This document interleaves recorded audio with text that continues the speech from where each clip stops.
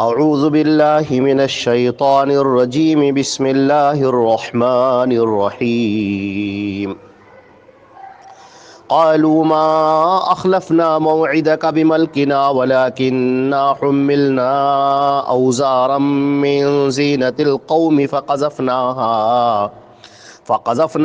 فكذلك القى السامري فأخرج لهم عجلا جسدا له خوار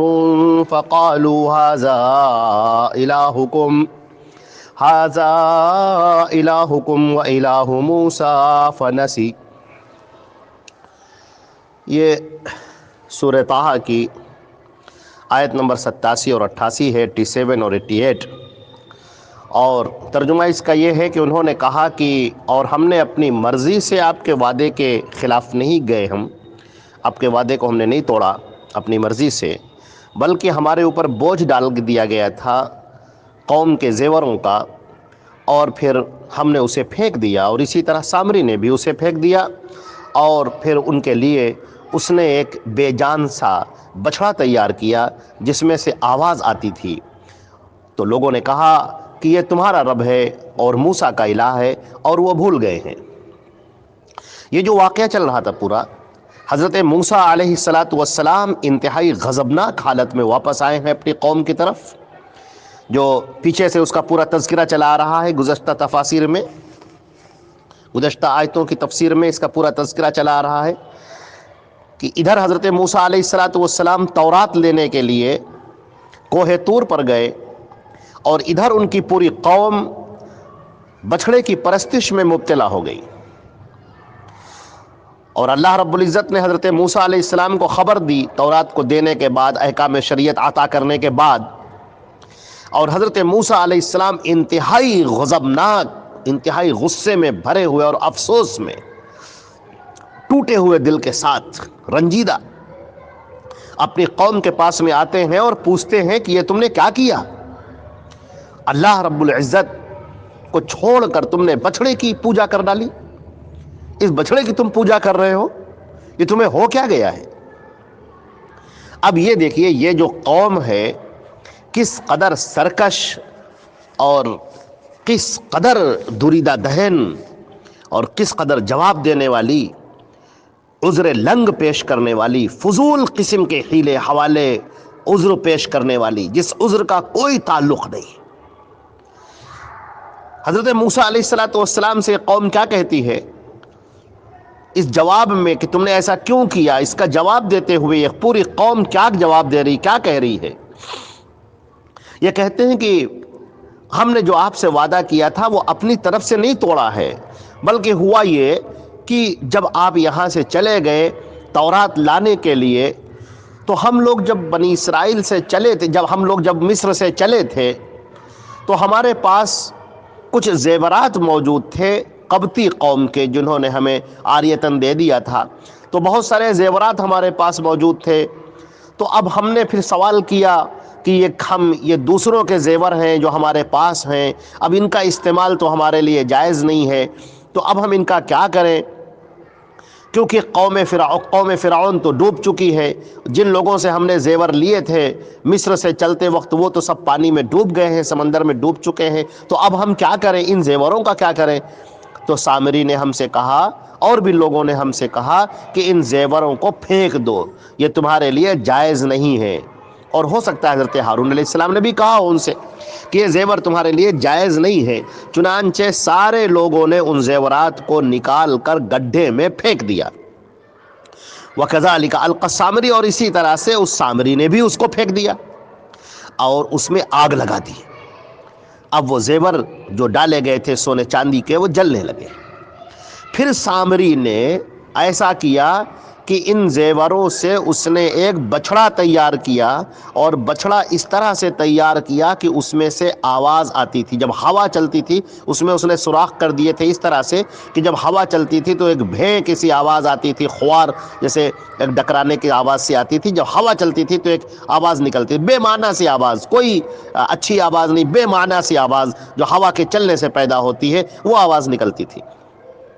اور سامری نے ہم سے کہا کہ یہ ہے موسیٰ کا رب، اور یہ ہے تمہارا رب۔ اور موسیٰ پتہ نہیں کہاں اس کو ڈھونڈ رہے ہیں، کہاں گئے ہوئے ہیں اس کو تلاش کرنے کے لیے رب کو، اور رب تو یہاں حاضر ہے، یہاں موجود ہے۔ تو ہم پھر سامری کی باتوں میں آ گئے، اور سامری نے ہم سے یہ بھی کہا تھا کہ ہم نے حضرت جبریل علیہ السلام کی جو گھوڑے کی سم جو ہوتی ہے، اس کے پیروں کی خاک، وہ ہم نے اس کے اندر ڈالی ہے، اور اسی وجہ سے اس کے اندر یہ آواز نکل رہی ہے۔ جب اس طرح کے یہ عذر لنگ اور فضول قسم کے یہ عذر یہ حضرت موسیٰ علیہ السلام کی قوم نے جو پیش کیا ہے، آپ اس سے اندازہ کر سکتے ہیں کہ حضرت موسیٰ علیہ السلام کے دل پر کیا اثر ہوا ہوگا۔ یہ پوری قوم کس قدر ڈھیٹ ہے اور کس قدر بیکار کے فضول قسم کے عذر پیش کر رہی۔ کچھ اسی طرح کا منظر ہوگا قیامت کے دن، جب اللہ رب العزت پوچھے گا کہ تم نے ہمارے ساتھ میں شرک کیوں کیا، تو لوگ پھر اسی طرح سے اپنے گناہوں کی ذمہ داری ڈال دیں گے اور کہیں گے ہمیں فلاں نے گمراہ کر دیا تھا، شیطان مردود نے گمراہ کر دیا تھا، ابلیس نے ہم کو بہکا دیا تھا اور ہم راستے سے بھٹک گئے تھے۔ یہ اسی طرح کے عذر لنگ ہیں۔ کیا ابلیس نے تم کو مجبور کیا تھا کام کرنے کے لیے؟ اب انہی کو دیکھ لیجئے، کیا سامری نے ان کو مجبور کر دیا تھا کہ تم بچڑے کی پوجا کرو؟ یہ تو طبیعت کی شرارت تھی۔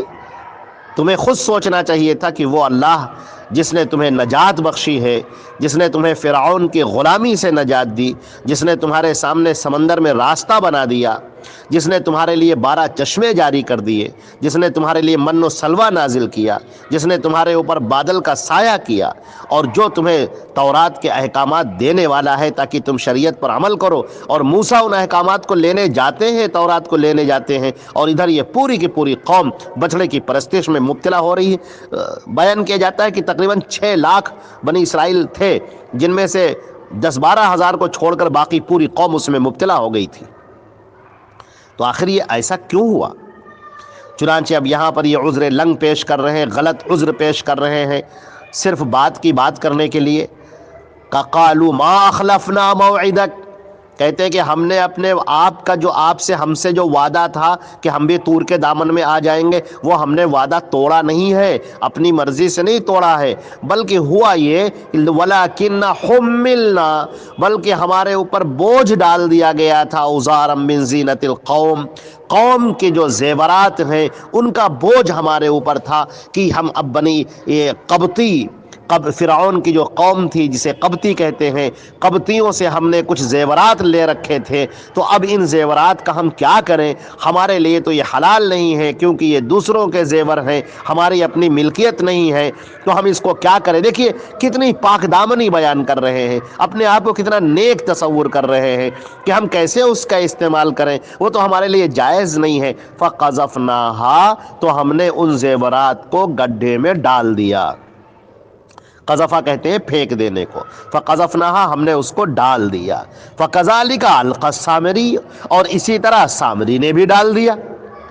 فَأَخْرَجَ لَهُمْ، اب یہ جو سامری ہے، اس سامری نے ان کے لیے تیار کیا ایک بچڑا۔ سامری کے بارے میں ہم پہلے بیان کر چکے ہیں کہ یہ کون تھا۔ یہ ایک بہت بدترین منافق شخص تھا جو حضرت موسیٰ علیہ السلام سے اس کو حسد تھی اور اس کو جلن تھی۔ چنانچہ اس سامری نے ان کے لیے بچڑا تیار کیا، لہو خوار، جن میں آواز آتی تھی۔ آواز کیا تھی کہ اس نے کچھ سوراخ کر رکھے تھے، وہ ایسے اس نے سوراخ کر دیے تھے بچڑے میں، اس کے منہ کی طرف اور پیچھے کی طرف، اس طرح سے اس نے کہ جب ہوا چلتی تھی تو اس میں سے ایک آواز سے نکلتی تھی، جو ہوا کے چلنے سے آواز پیدا ہوتی ہے۔ اور بنی اسرائیل کو اس نے کیا بتایا کہ میں نے تو جبریل امین علیہ السلام کے پیروں کی خاک مجھے مل گئی تھی، وہ میں نے اس کے اندر ڈالا ہے، اور اس طرح سے یہ آواز کر رہا ہے، یہ ہے ھذا الہکم، یہ ہے تمہارا معبود، وَإِلَٰهُ موسیٰ، اور موسیٰ کا بھی یہی معبود ہے۔ فَنَسِیَ، مگر موسیٰ بھول گئے ہیں، اپنے معبود کو بھول کے طور پر تلاش کر رہے ہیں، یہاں وہاں تلاش کرتے پھر رہے ہیں، اور تمہارا رب تو یہاں ہے۔ اور اس طرح سے یہ سارے کے سارے لوگ اس کی پوجا میں لگ گئے، اس کی پرستش میں لگ گئے۔ بہت افسوس کی بات ہے. اسی طرح ہمارے یہاں بھی کچھ شعبدے باز ہیں جو لوگوں کو اس طرح کی چیزیں دکھاتے ہیں اور ان کے دین اور ایمان کا سودا کرتے ہیں. ایک مومن کو صرف اللہ پر بھروسہ کرنا چاہیے، اور اس کے سامنے کتنے شعبدے آ جائیں، کتنے جادو آ جائیں اور کتنی اس طرح کی ہستیاں اور کتنی فضول چیزیں اس کے سامنے آ جائے، لیکن ایک بندے مومن کو اللہ رب العزت سے کبھی دور نہیں ہونا چاہیے. اللہ ہمارا خالق ہے، مالک ہے، وہی انعام دینے والا ہے، وہی کائنات پیدا کرنے والا ہے، وہی سب کچھ دینے والا ہے. ہم اپنی ان آنکھوں کو ذرا سے ان شعبدے میں مسحور ہو کے، ان جادوگری سے متاثر ہو کر اپنے رب کو چھوڑ بیٹھیں، اپنے آقا کو چھوڑ بیٹھیں، اپنے مالک کو چھوڑ بیٹھیں. اس کو پکارنا بھول جائے، غیروں کو پکارنے لگے. اس کے لیے سجدہ کرنے کے بجائے غیروں کے لیے سجدہ کرنے لگے، دوسروں کے سامنے ہاتھ پھیلانے لگے. یہ ہمارا کیا معاملہ ہو گیا ہے؟ خبردار سے خبردار قوم مسلم اپنے ایمان کو جگائے، ایمان کو بیدار کرے، اور ہرگز کسی کے جادوگری سے متاثر نہ ہو، کسی شعبدے سے متاثر نہ ہو، کسی کرشمے سے متاثر نہ ہو، ہرگز ہرگز متاثر نہ ہو. اللہ اور اس کے رسول پر اٹوٹ یقین رکھے، اور اللہ رب العزت کے جو ہمارے اوپر آزمائشیں آ رہی ہیں، جو آزمائشیں ہیں، ان پر کھرا اترنے کی کوشش کرے، تاکہ ہمیں اللہ رب العزت کی رضا نصیب ہو اور مرنے کے بعد ہمیں جنت نصیب ہو. اللہ رب العزت ہمیں اور آپ کو ایمان کی دولت عطا فرمائے اور ایمان پر ہم سب کا خاتمہ فرمائے. انشاءاللہ یہ سلسلہ بھی جاری رہے گا، اگلی آیات کی تفسیر انشاءاللہ بیان ہوگی. والسلام علیکم ورحمۃ اللہ وبرکاتہ.